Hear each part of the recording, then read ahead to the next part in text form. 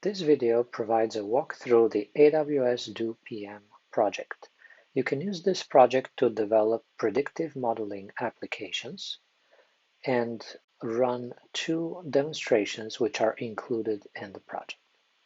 First, clone the GitHub repository by running the git clone command shown here. Then configure the project by using the PM command line interface, which is included in the root of the project. You can run pm config set to interactively walk through all of the settings essential for this project, including your AWS credentials, ECR registry, and target orchestrator Compose or Kubernetes. Next, build all the project containers by executing build.sh all. This project by default supports two target orchestrators, Docker Compose and Kubernetes. To run your containers on Kubernetes, you will have to set the registry setting in the project. Once the containers are built, you can run the project by simply executing the run.sh script.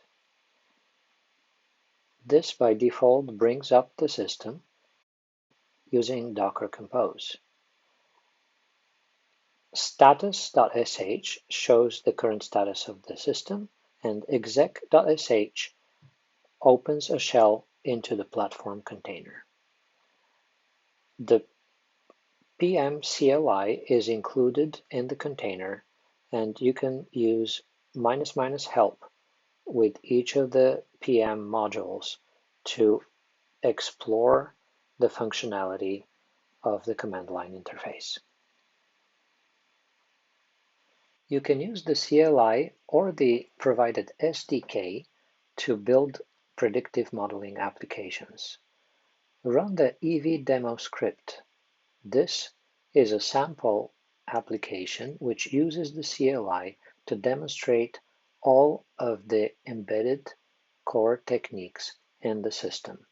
It generates synthetic data for an electric vehicle, then registers the dataset and a training subset of data with the system, and builds an artificial neural network model, analyzes the model sensitivity, then deploys it as a gRPC service and keeps it up to date if the prediction error becomes greater than a predefined threshold.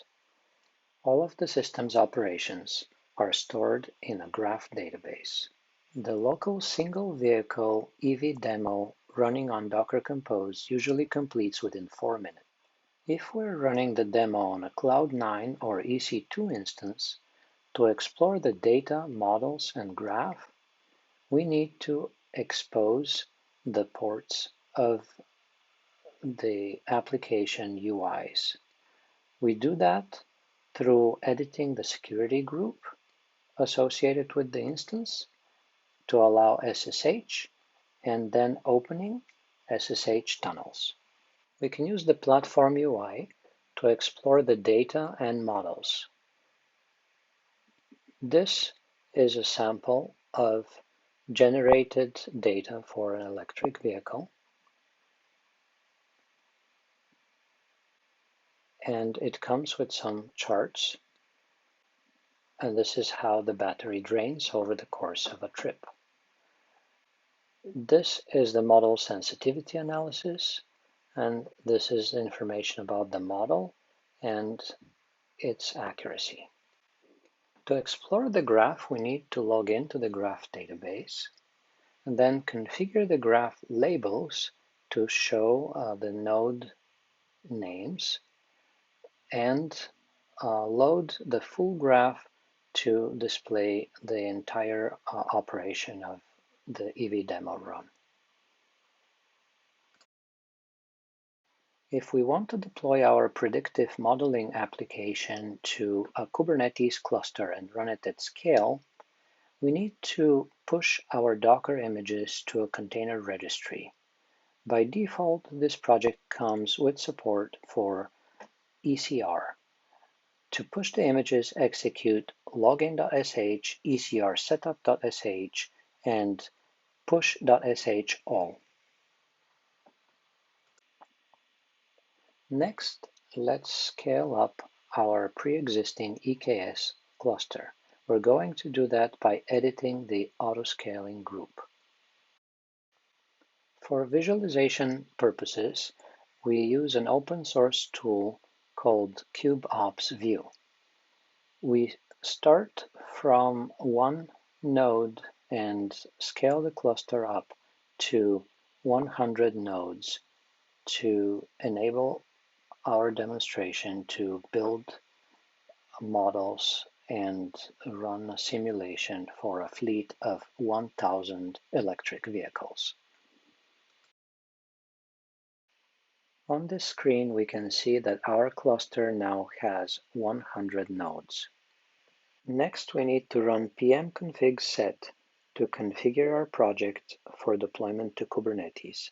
Make sure to specify the target orchestrator as Kubernetes, as well as run the kcfg.sh script to configure access to the cluster. Execute run.sh to deploy AWS DoPM to Kubernetes. We have scaled our deployment to 50 platform pods. Each platform pod will run one parallel group of electric vehicles. We will use the 4 screens of our demo environment to set up monitoring. The lower right will show us the running tasks, the lower left will show the number of tasks running, and the upper left will show the number of deployed model services. In the upper right window, we exec into platform pod 1 and run pm-config set to ensure that the platform pods are configured within Kubernetes. Next, we will edit the evfleet-demo.json configuration file and specify that each parallel group should have 20 vehicles. 50 groups, each with 20 vehicles, equals 1,000 vehicles total. To start the demo, just execute the evfleet-demo script. We can see that 50 parallel groups are being launched with 20 vehicles each and each vehicle driving up to 10 routes. Synthetic data is generated for each group and registered with the system. Then, an artificial neural network model is built for each group of vehicles and deployed as a service. Our cluster starts to work hard. We see the number of containers and the node utilization increase significantly. We now have 1,000 electric vehicle models, also known as digital twins, deployed and running in the system. They are being continuously updated as needed when new data comes in. Each vehicle drives between 5 and 10 routes. For each trip, a prediction task is created which runs in a pod against the vehicle model and predicts the battery drain for that trip. That is compared with the actual data extracted from the generated dataset. And if the error of the prediction is above the configured threshold, then the model for this vehicle is updated. As vehicles start completing their routes, we see the number of deployed model services start to decrease down from 1,000. The whole process takes about 29 minutes to complete.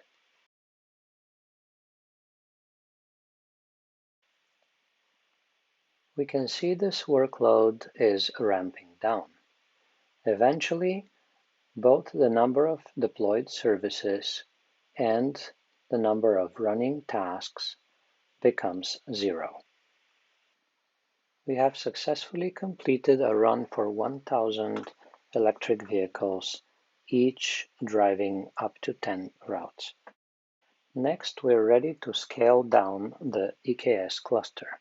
We'll do that by editing the autoscaling group and setting the number of desired instances to 1.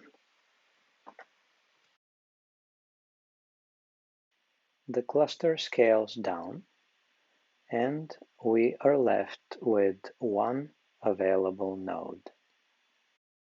Finally, let's explore the results by browsing the data, models, and generated graph.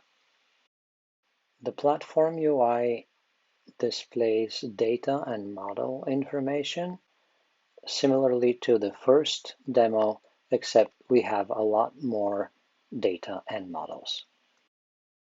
EKS exposes the user interfaces using an application load balancer and ingress objects. By executing kubectl get ingress, we get the URLs by which we can access the user interfaces. It is interesting to visualize the behavior of the system by logging into the graph database and generating graphs from the tens of thousands of nodes and edges that are now available in the database.